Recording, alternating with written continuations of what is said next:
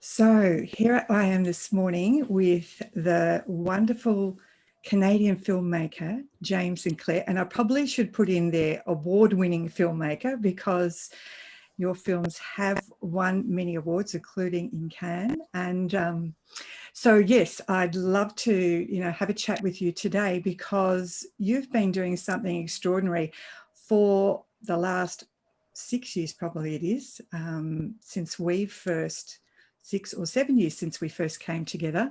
And I really do believe that our paths are meant to cross with certain people along the way. And I really feel that our paths were destined to cross as they have. And it's really opened up a beautiful getting to know each other at a different level, but a real coming together like a soul family. So I just want to tell you, I feel very close to you as one of my soul family. But one of the things I wanted to chat with you today about, James, is a little bit touching on your becoming, how you got to the point of actually putting into the physical world your piece of work, which is called the Grand Self. And so I wanted, if you could just tell us a little bit about that becoming for you, what sort of triggered you? What triggered me is how we depicted in the movie too, is a heartbreak at a very young, impressionable age. And that really made me uncover the deep limiting beliefs I was holding about myself, and maybe become aware of what was really going on. And I was just like, I don't want to be this person. I don't want to be this person at all. And that's what inspired me to change. And so on your journey, do you feel like you've been led to certain people along the way, like your paths have come across certain people and you've stopped in that moment of time and something has had to unfold for you, or you've needed to get something to take you on the next path? Yes, absolutely. In fact, and always through synchronicities, right? And you know how it works. We set an intention. We're such powerful creators. We set an intention that, I want to change, or I want to let go of this old self-image that's covering up, our greatness, our inherent greatness. And then, magic happens. I mean, my mom gave me a book called The Power of Your Subconscious Mind at a very young age, which answered everything. And by applying the knowledge, I completely changed the concept I had of myself, the limited, wrong concept I had of myself. And everything in my life changed. And as you know, and as how we show in the movie, something greater happened beyond all of those wonderful things that changed in my reality. And that was the awareness of this grand self that's within all of us, that has always been there, that is unconditional love, that's adoring us, that's always calling us to greatness. And, we couldn't feel it. Or if we did hear it, we usually, shun it away with our conditioning. We all get these great impulses of, we're greater than who you've been taught, and you can do this and you can do that, or, and then we usually shut it down. Yeah, but, I can't. I can't do that. I'm too shy, or whatever it is. And so we usually let our conditioning win. But when we're willing to go beyond that, when we really start to connect with something within us that's always been there, knocking at our door. And when you say conditioning, there's a bit and looking for it, there is an aspect where we're looking in the outer world for that. But some of the greatest wisdom comes from the inward journey too, because you can't do one without the other. Would you agree? Absolutely, yeah. Yeah. And in fact, even when I was given the outside tool, the power of your subconscious mind, everything resonated within me, right? And that's how I recognized truth. And it was a tool to how can you reprogram yourself and let that conditioning fall away. So you know, people don't often understand what the truth is. And I guess a good parallel to that is what's happening in the world at the moment, because there's so much in consciousness coming at people all at the one time. And I've been talking about in our masterclasses in the consciousness work I teach of the Russian knowledge, you know, there are many timelines that we can grab hold of. And there's so many at the moment that people are really like frozen, like a frozen moment of what is the truth.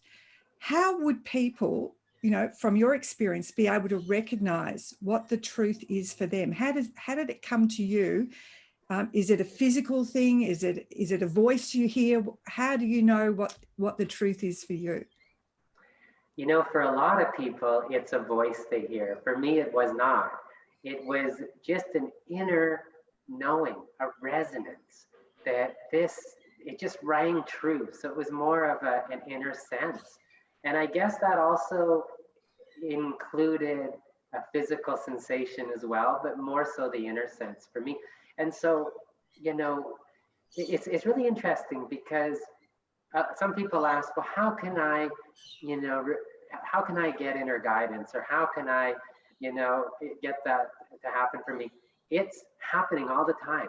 Our inner guidance is flowing to us all the time, but most of us, you know, don't hear it, or we, and a lot of times it's because it comes at such a different vibrational frequency from where we're operating at. So for example, you know, you might get this inner calling of, you know what, you're meant to do this project that is going to, you know, revolutionize the electric car battery or something. And then your conditioning is like, but wait a second, I'm not an engineer, I don't know anything about this. And so we shut it down, you know, or I don't have any money, or, you know, I just feel like, who am I to do this? And then we shut it down. But it's always coming to us, always.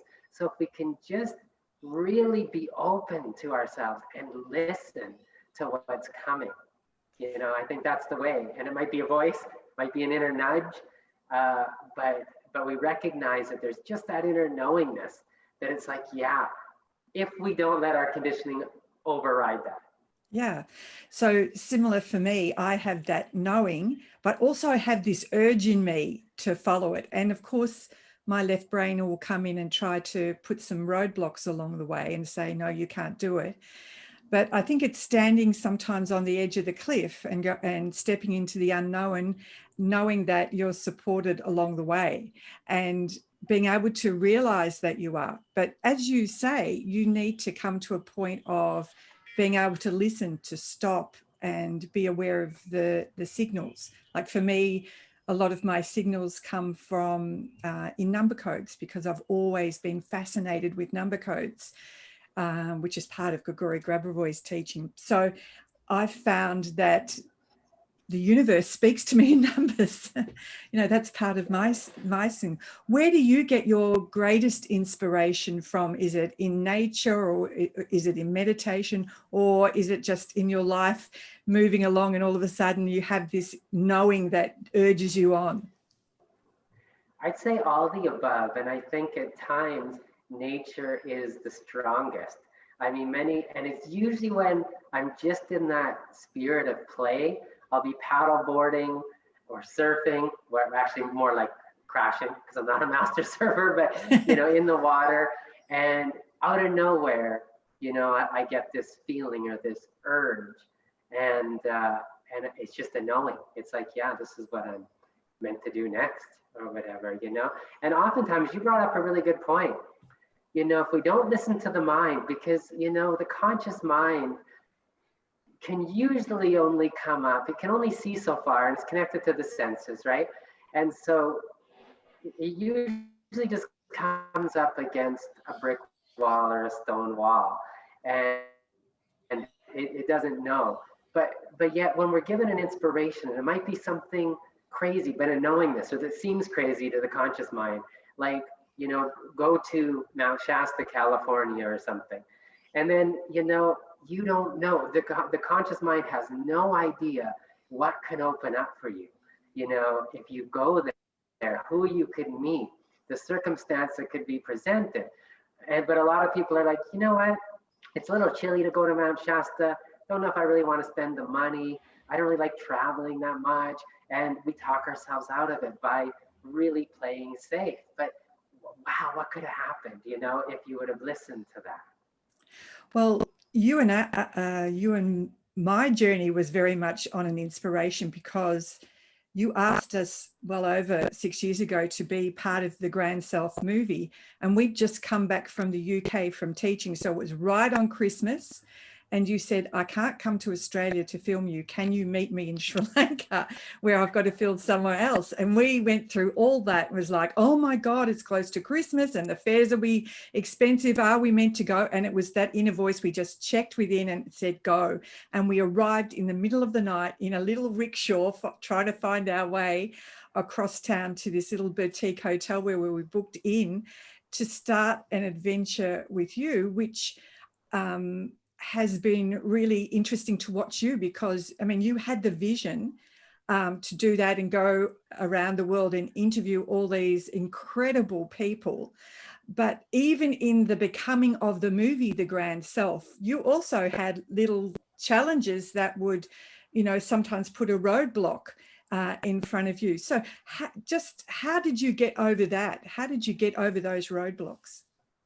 Yeah, and some of them felt like huge challenges, I mean, the movie took about 7 years to make and complete, where, my first movie took just under 2 years, but so there was a lot of resistance that I had.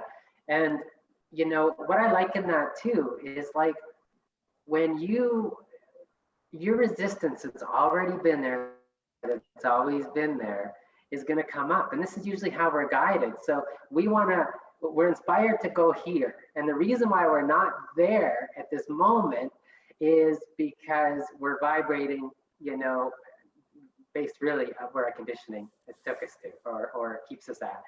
And so we have to grow to get to this point. And so when you're really moving fast, it's like you're in a car and all of a sudden you start going super fast, and the resistance that was already there starts coming up really fast. And, the Grand Self movie was very fast moving, spiral of upward consciousness, really. And for me, and it was like anything unlike the Grand Self or unconditional love or power or true power, right? Like combined with unconditional love. And connectedness and joy and bliss. Anything unlike that was coming up for me. And also everyone that worked on the production, and this movie was made by many people, many wonderful people. And it was an initiation, they called it. Maya, one of our editors, she really just talked about an incredible experience of working on this film. And she's like, as soon as I signed on, it was like an initiation. And she had things that came up in her, anything that's blocking the Grand Self, And so you ask how to overcome that. I mean, I think there's so many ways, and we use so many tools and techniques. But I think the first thing is to always realize that we're creators of our life. So if something is coming up, or there's a block, or something's not working, first thing I always do is, what part of me is creating this? You don't want to blame it on this or the economy or, an investor who said they'd invest and didn't, or whatever, right? We went through all of that. And, but really, what part of me is create? And then there's always that answer. And, sometimes it can feel a little challenging to look at. It's like, there's still a part of me that doesn't feel I'm worthy or deserving, And it's like, well, how can I change that? And so I think awareness is the first step, to be really aware of what we've been unconsciously thinking and feeling about ourselves.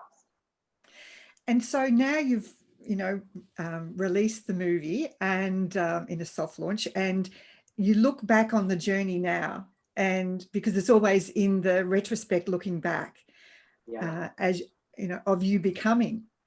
So what do you think is the greatest learning from that? What is it that you sort of took out of the reason why there were these blocks and why it took so long to actually complete this beautiful body of work?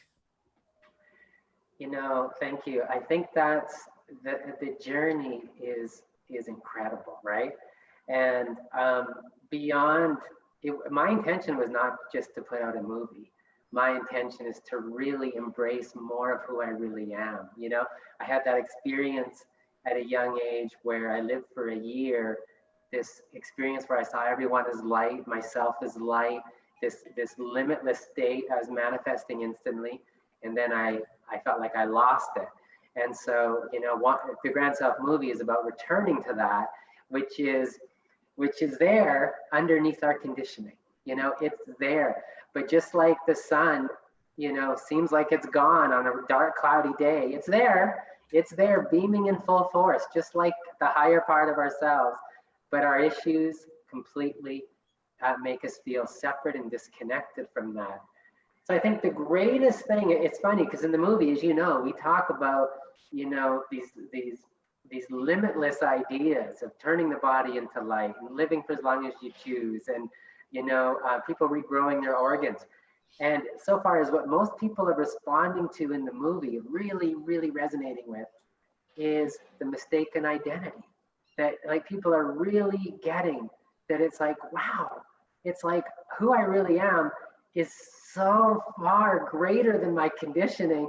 And you know, I can let go of my conditioning and embrace that power, because every one of us secretly believes in a higher part of ourselves, you know? So I think that's probably the biggest message, one of the biggest messages in the movie. Yes, and what we touched on in the movie was, and you just said it there, about being able to regenerate an organ, because most people have never been conditioned to believe that is actually possible. But if you stop for a moment and think, well, hang on, who grew the organ in the first place? It wasn't my mother. I did. Yeah. So the information must be inside of me. It never goes away. And I'm actually writing with a woman at the moment that wants to regrow a part of her body. And, you know, you have to have your consciousness trained in a certain way to understand. It's not just easy, I use a number code or I have the greatest wish for it to happen. It's actually a technology. And when you realize is that it's a technology, it moves from the realm of being magical or a miracle to being like a science. This is the application for doing that. So it's absolutely possible. We've had one of our students, Yelena, who regrow her surgically removed ovaries. There are a couple of points that she really needed to do that. Well, obviously she needed to know the technique. She'd also needed to know how to practice, but in her heart, she honestly believed that it was possible for her to be able to do that. And because of that belief and her practice over 3 months, she was able to do that. And in her consciousness, she was watching the organ regrowing. And at the same time, because we're multidimensional, she was actually able to feel that happening in her physical body as she was watching it growing sort of like a screen in front of us. And then she got to a point she knew it was done.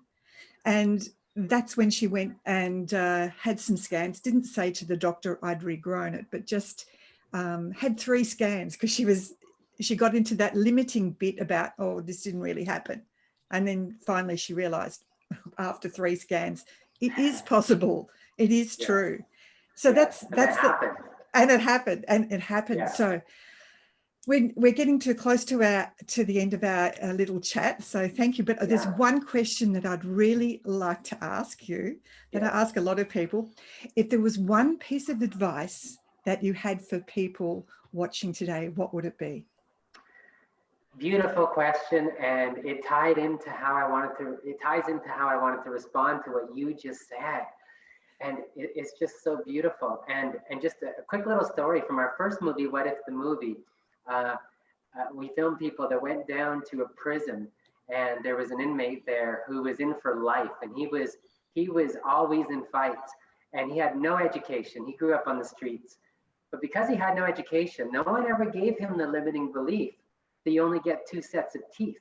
So he was getting his teeth knocked out in fights all the time, and they were regrowing all the time. And when they questioned him about that, he got quite upset because he thought that happened to everybody. He didn't realize. And so, you know, my answer to that is, Marion, it's so beautiful. It's such a beautiful interview with you. Is that, and what you were talking about with your friend, you know, that regrew this, if it wasn't for our conditioning, you know, this is our natural state, and this would be happening. It's normal for our bodies to not only regrow our body parts, but you wouldn't even need to, you know, when we're in our true state. It's only our conditioning that interferes with this natural process. And we call it normal, we call it life, we call it being a human, but that's our conditioning. Just because it's happening everywhere in most societies around the world doesn't mean that it's normal. It's common, but it's not normal. What's normal is allowing ourselves to regrow our body parts, to flourish in every way, to be in opulent abundance, radiant health, you know, and full expression of who we truly are. That's a beautiful ending to that. And what I'd like to just add to that before we go is I'm enjoying so far, because you and I have known each other for 7 years then, obviously, and our paths have crossed, and we keep weaving in each other's life, even though we live, you're in Canada and I'm in Australia. But what I'm really looking forward to, James, you know, especially after the release of the Grand Self, is to watching how our lives weave together again in the future, watching how you become the Grand Self, and how I become the Grand Self, so that people we can walk as way showers for people to walk in the wake, to actually step into the grander part of themselves. Yeah, you know, and that's how we share in the movie too, is that, you know, the more of these limitations we drop, we let go, we relinquish about ourselves, automatically the more light we allow to shine through. And there's no limit to that, you know? So it's like where we're at today, you know, in a year, we're going to be at a very different place from where we are. It's just like more and more light, and there's no end to that. So how beautiful that, and I feel we'll be intersecting in Brian, you know, a lot more. And probably in some more exotic places. I'm looking forward to that, to traveling to some more exotic places at some stage for sure. So thank you, James, so much for taking the time to chat to me today. I really appreciate it. Lots of love to you, and thank you, with the bottom of my heart, for doing this today. Thank you too. Thank you so much. And we'll talk soon. Bye-bye.